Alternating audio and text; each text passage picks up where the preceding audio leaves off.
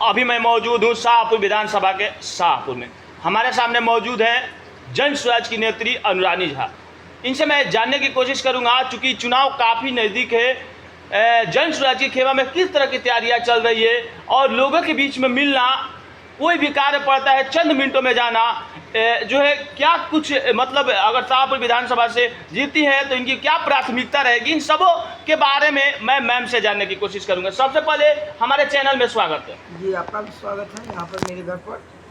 और मैं कहना चाह रही हूँ कि जन स्वराज की तैयारी हम लोग बहुत ज़ोर शोर से कर रहे हैं, क्योंकि चुनाव बिल्कुल नज़दीक आ चुका है।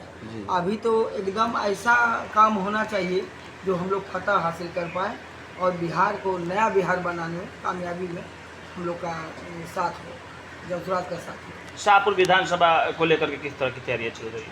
शाहपुर विधानसभा की सभा को लेकर तो काफ़ी मशक्क़त चल रही है, तैयारी चल रही है। गांव-गांव हम लोग जा रहे हैं, जनता को समझा रहे हैं, गली गली घूम रहे हैं और जनता तक अपनी बात को पहुंचाने की कोशिश करें कि जन स्वराज क्या है।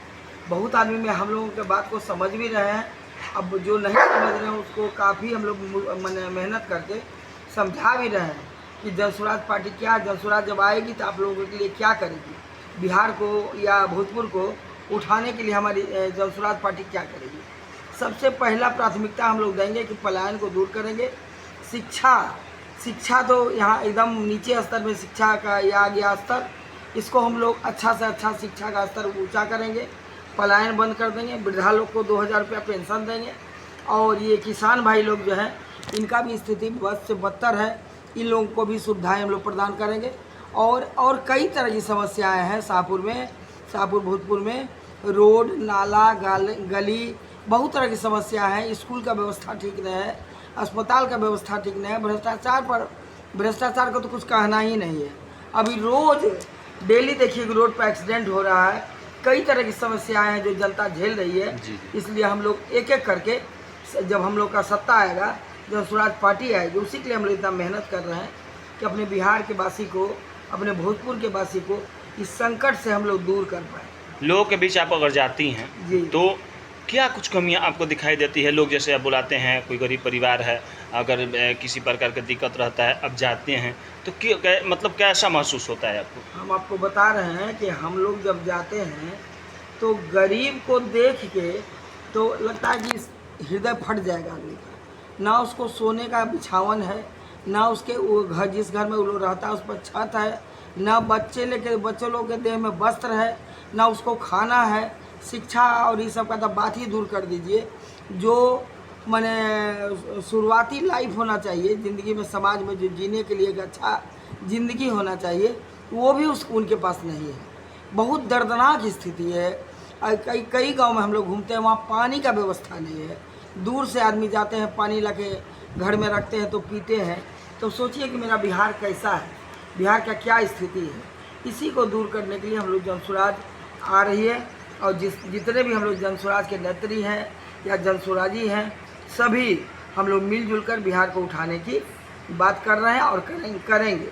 शाहपुर विधानसभा में जी हम लोग विधायक जी का दावा है कि हैट्रिक लग रहा है आरजेडी का, क्या कुछ कहना चाहिए? मतलब कोई टक्कर में नहीं है, एक तरफा जीत रहे हैं, ये विधायक जी का दावा है। नहीं, ये तो अभी बोलना बिल्कुल नामुमकिन है। अगर नवंबर में हम लोग का चुनाव होगा, उसके बाद क्या होता है ये तो रिजल्ट बताएगा कि उनका बोलबाला है या हम लोग का बोलबाला है। हम लोगों को किसी से कोई मतलब नहीं है, हम लोग को बिहार को उठाना है, सिर्फ इससे मतलब है। और जन स्वराज का जितना पूरा बिहार में खलबली मच चुका है कि जन स्वराज आएगा ही आएगा, सत्ता बदलेगा ही बदलेगा, इसमें कोई दो मत नहीं। क्या लग रहा है शाहपुर विधानसभा में जो है जन स्वराज पार्टी जीत रही है? बिल्कुल जन स्वराज पार्टी शाहपुर विधानसभा से ज़रूर जीतेगी, क्योंकि जनता जागृत हो चुकी है। अभी तक जो जनता को ठगा गया है, जनता समझ रही है कि अदर पार्टी आते हैं सिर्फ वोट के समय में और वोट मांगने के लिए तरह तरह का बात करते हैं।